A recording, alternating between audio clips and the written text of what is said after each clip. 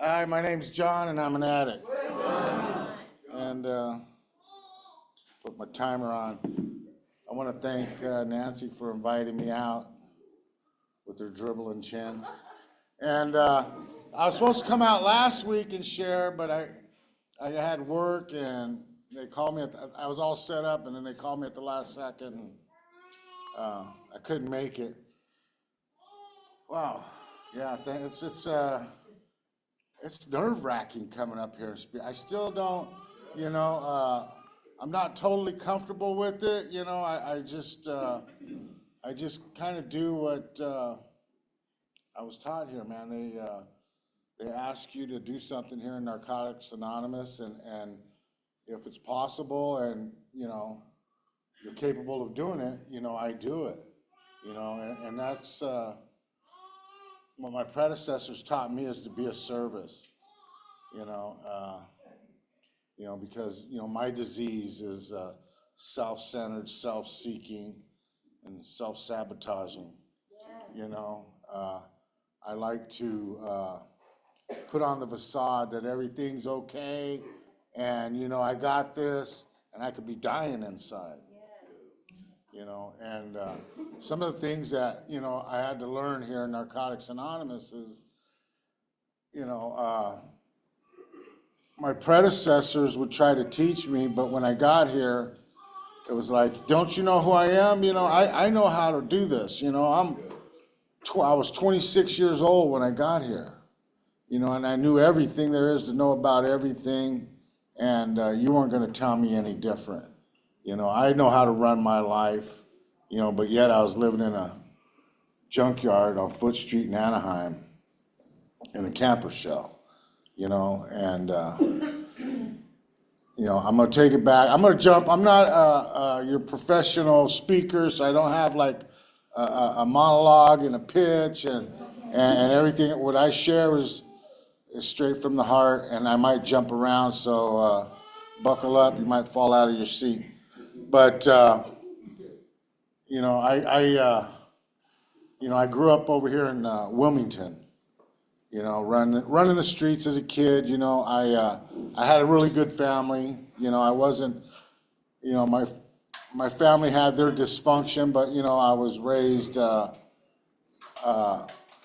my mother and my father, sisters and brothers, and I had all of that. But me, I was always thought a little different, even as a young kid. I was a little off, and for me, I think a lot of my disease manifests itself in my self-esteem, so I can't, I always feel less than, not good enough. I'm always comparing my insides with everybody's outsides, and a lot of that stuff, growing up, I tried to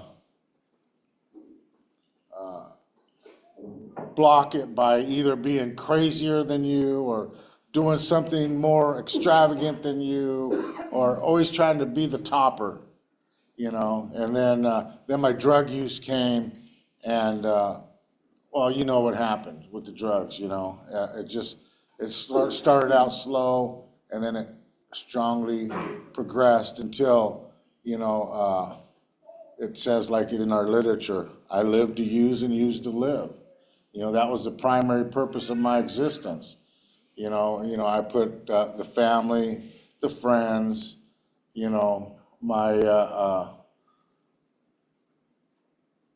my freedom, my health, everything in my life went to the back burner over my disease. And my primary purpose was, like it says in our literature, I used to live and live to use. Everything else was secondary. And the way I got to Narcotics Anonymous was, I was living on the streets, and I had no, I was always my best customer, and And I love it, man. I like to sit there and say, I was this, I ran without Chapo, and I had all Lamborghini. No, it wasn't like that. There was no glamorous of my using. You know, the only glamour I had was destruction. I hurt my family, I hurt my kids, I hurt, my wife at the time. Anybody that was close to me, I used and to get what I needed. And that's the kind of addict that I am. I don't, I'm an equal opportunity destroyer when I'm using. But the funny thing about it, my head doesn't think that way. My head was, I'm a nice guy, and that's the trick that my disease always plays with me. It's going to say, yeah, well, you can just buy a 20. You put your paycheck, in one pocket and the rest of your on 20 in the other. And, I was always buying a $500 20, every time, And things would happen where, I knew if I used, man, the wife was going to leave me, and the kids were going to be gone. I knew I was going to lose that great job that I had, and I still couldn't stop, So, I ended up stumbling into Narcotics Anonymous on dumb luck. I didn't even want to get clean. I remember my mom, I was going to go borrow some money from some people, that were some family friends, and they said, okay, just sit here, John, we'll get you some money. And then I can remember, 30, 40 minutes later, a knock on the door, and my parents were there. And I, like I said, I had good parents. They had their issues. My mom was the great codependent. My dad was, the rageaholic, and I was waiting to hear the screaming and yelling, and, my dad, and he just looked at me and said, John, you are nothing but a junkie. And for like the first time that I could remember, when he said that, the truth stuck in. It hit me, man. That was like a fucking 3-point shot. It went right through. And then instantly, my mom said, "Oh, well, you could," and that code, I could use that. And my mom said I could stay at her house, until I got clean. And she called the recovery program for me. And I said, so I went to this outpatient program, and I stayed there. I started going to this because they were like, dude, you're not going to get clean. You didn't even call us. Your mom had to call you. Your mama's boy, just admit it. And I was like, well, I got to do what I got to do to get a place to sleep, get my stuff cleaned up, get a couple checks going in the mail, from disability. And, that was my plan, the ex-wife already left me and the kids, and, I was too ashamed to go back. And so I get into this outpatient program. And at the time I had a broken back. And, I was taking all these pain medications, and finally I ended up not being able to walk anymore. And I could remember going to the hospital and asking this doctor, I said, hey man, we have to do surgery on my back. And he's like, whoa down. We're gonna have to take you to all these tests. And all I could think of, man, they're gonna give me some tests, and then they're gonna give me some drugs, and I'm gonna feel good. And so I was waiting for it. So they do all these tests, and I can remember it's at Sentinella Hospital, and the doctor was telling me, we're gonna operate on your back, and you might not ever walk again. I'm like, oh shit, I'm 26 years old, my life is over. I can't drink or use, my life isn't, I got warrants, I got all this stuff lingering over me. Divorce, lost the house, lost the wife, and all this stuff just, and now I won't ever walk again. And I'm just stunned. And then I get all these tests done, and then he comes over there and he gives me that first shot, And it's just like all that stuff, just that one, it was, ooh, that feeling came over me. And I'm sitting here looking out the window, Sentinel Hospital, and all I could think of now is going out there on the street. My people are out there. I could see them. You know, I know where to cop. I know where I could. And knowing all this stuff that just happened, all I could think of one more time is getting loaded. You know, and I went and had the surgery, and that was like my first awakening that, you know, I had a drug problem. I just thought I was running into some bad luck. You know, the wife wasn't acting right. You know, I just wasn't doing things correctly. But after that, you know, I had that surgery, and then, you know, what really attracted me was the people, was you guys. You know, I was in that hospital. Ex-wife wouldn't come visit me. The only person that would come visit me was my mom and you guys. You know, I had a few of you guys come to visit me, and that showed me that you cared. You know, I didn't care about myself, but at least somebody cared, you know, enough to show up at the hospital. And then I made a decision, well, you know, maybe I'll keep going. And then I had spent a couple weeks at my mom's house, and I was going to some meetings, you know, and you know, I realized like what I was doing, if I wanted to keep this same pattern of lifestyle that I was using, you know, or I could try something that you guys told me, try to get into a recovery house. And I remember it was a Monday meeting over in Kaiser, and I saw a bunch of these old time, you know, and back then, man, it was kind of like old heroin addicts, you know, and you know, straight from the pen, you know, covered in tattoos, you know, and I can remember these older guys, you know, standing over in the corner and talking about some recovery house over in San Pedro, and you know, and if you need it, and they were talking to me, and they said, well, if you need a place to stay, you know, I don't even remember how it was. I didn't have no money, but I remember going and they go, call this guy, and I went and called this guy. It was Fred Brown. He goes, hey, come in, and this big old dude, man. I was like 125-pound crackhead, you know, and he comes sitting there all grumpy and says, yeah, but you know, there was something about the guy, you know, that was welcoming, you know, and he goes, well, you know, if you get to work and you know, you can stay. I think it was $200. I couldn't even come up with $200. He goes, well, you can just come stay here, and then at the end of the month, you can pay me. I said, all right, you know. And that was my journey. That was April of 1990. My clean day is March 19th, 1990. So I remember going to that house, man, and it was all sorts of different guys from jail, guys from fucking Compton, guys from Wilmington, guys from San Pedro. It was like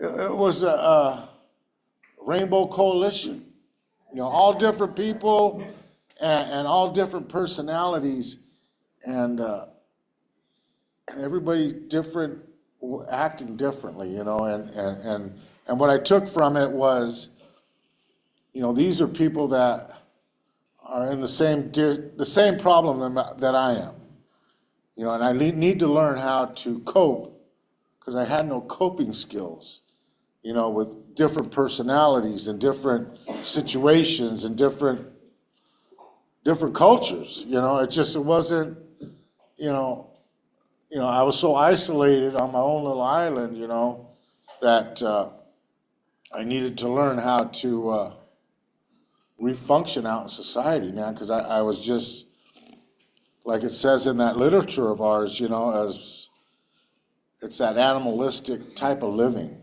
you know, where I'm just out to get what I can get and get as much as I can get, you know, and doing whatever I needed to do to get it, you know. So, you know, that was my start in Narcotics Anonymous, you know, and I was looking for a sponsor, I was looking for somebody that I can maybe work with. How much time do I got? 20 minutes. Okay.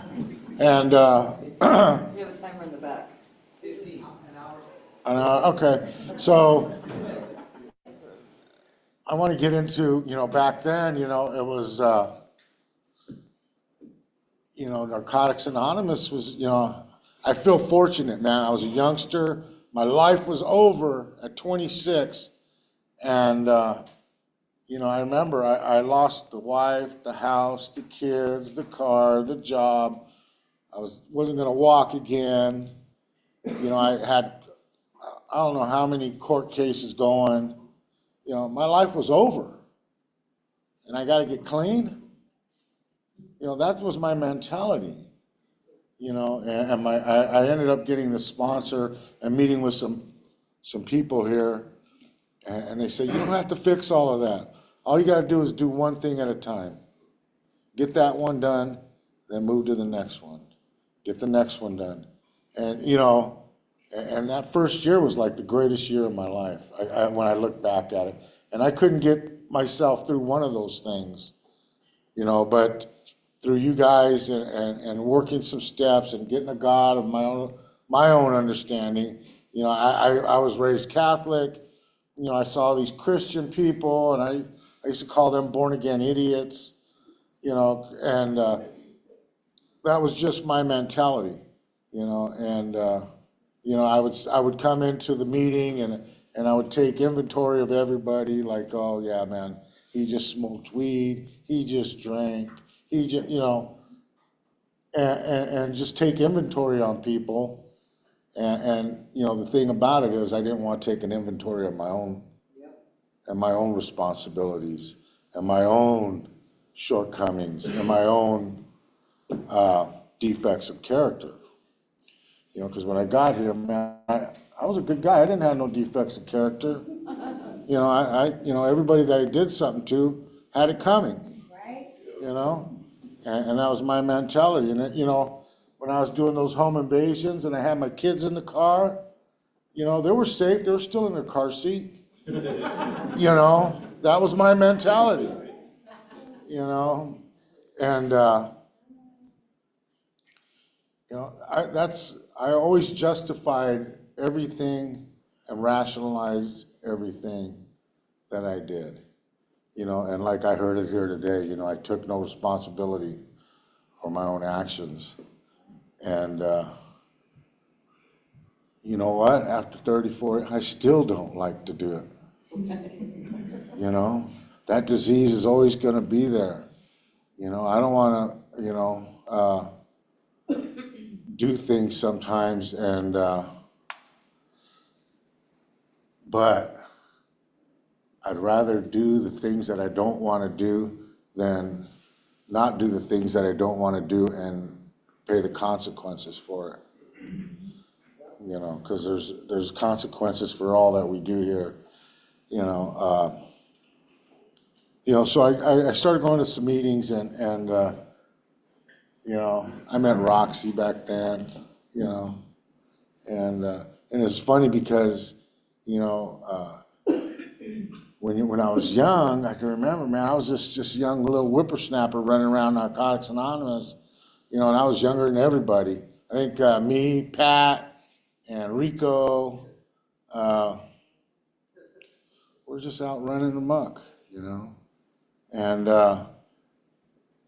it's amazing that after, all these years, some of these guys are still here. And then, and you wonder about all the thousands of people that I've seen come to these meetings.